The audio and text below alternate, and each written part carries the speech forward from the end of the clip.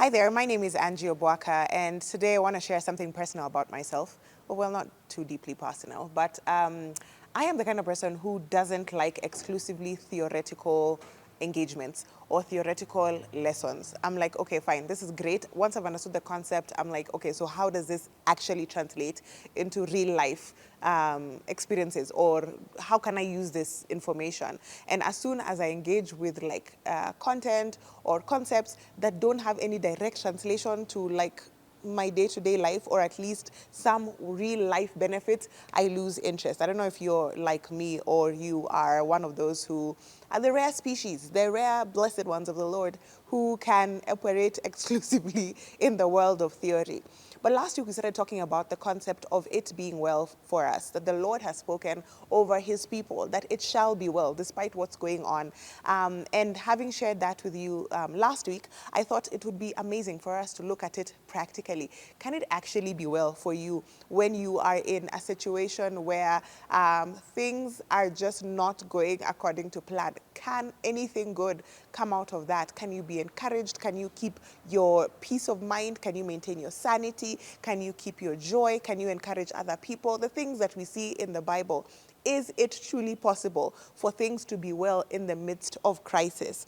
I'm sure you guys have heard the hymn that we love to sing in church, "It is well with my soul." You know, we know the lyrics. When peace like a river attendeth my way, when sorrows like sea billows roll, whatever my lot, thou hast taught me to say, it is well with my soul. We love to sing that song in funerals, but you know what? I think we need to sing it a lot more, because the reality of life is life happens. When life like sea billows roll, can we be taught to say that it is well? I want to talk a little bit about the practice, or the practicality of working out this "it is well" manenos, shenanigans. And I want to read a little bit about the history of this particular hymn. So this hymn was written after traumatic events in a man called Horatio Spafford's life. So in the 1800s, there was a great fire that's called the Great Chicago Fire, which ruined him financially. He had been a successful lawyer and had invested a lot in terms of property. So he was a prudent man. And not only was he a prudent man, he was a believer. Okay, so he had invested in property that a lot of it got damaged and a lot of it got consumed all at once in this Great Chicago Fire.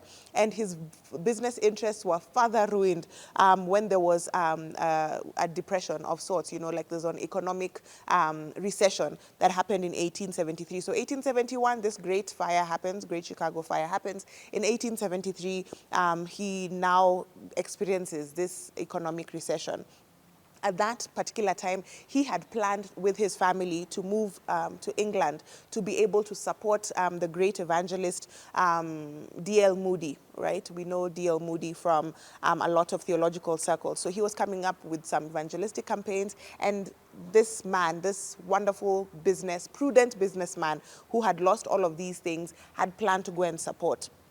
So in last minute plans, he decided to send his wife and his daughters ahead of him while he attended to some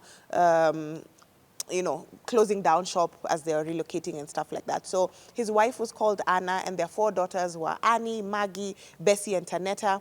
And he was, he sent them across the Atlantic Ocean to go over to England, and he was going to join them. Unfortunately, remember, this guy has already lost a lot of his property that he's invested in. His business is also not doing well. Now he has sent his entire family over to England because they are going to join the work of ministry. Their ship, the ship that was carrying his family, collided with another vessel, with another ship, and it killed 226 people on that particular ship, including his daughters, Annie, Maggie, Bessie, and Tanetta. So all 4 of his daughters died all at once. His wife survived and sent him a telegram that said, "saved alone." So she was the only one who was saved. So this man, it's seeming like a modern day Job situation, right? This man who loved the Lord, who was giving of himself to do the right things. He was a successful lawyer. He had invested in property. He was investing. His plan was to go and invest and support evangelistic work in England. He loses his property. His business starts going down. He then loses all his children, and his wife is now saved on her own. As he was traveling to England now after his wife, when he passed the place where his daughters had drowned, where the collision had happened, that's when he was inspired to be able to write the words of this particular hymn. The hymn that we know and love right now, that has been a source of comfort for many people, especially in times of grieving, in times of loss, in times of difficulty.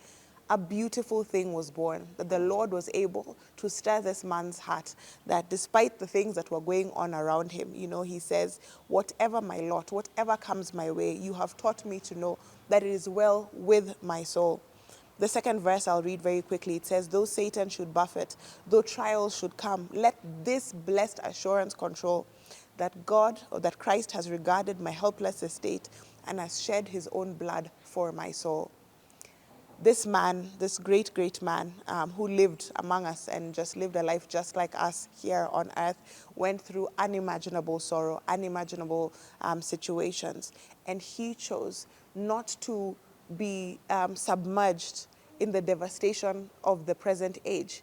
He allowed God to set his eyes higher, to see that God was able to save and had saved him and saved his soul.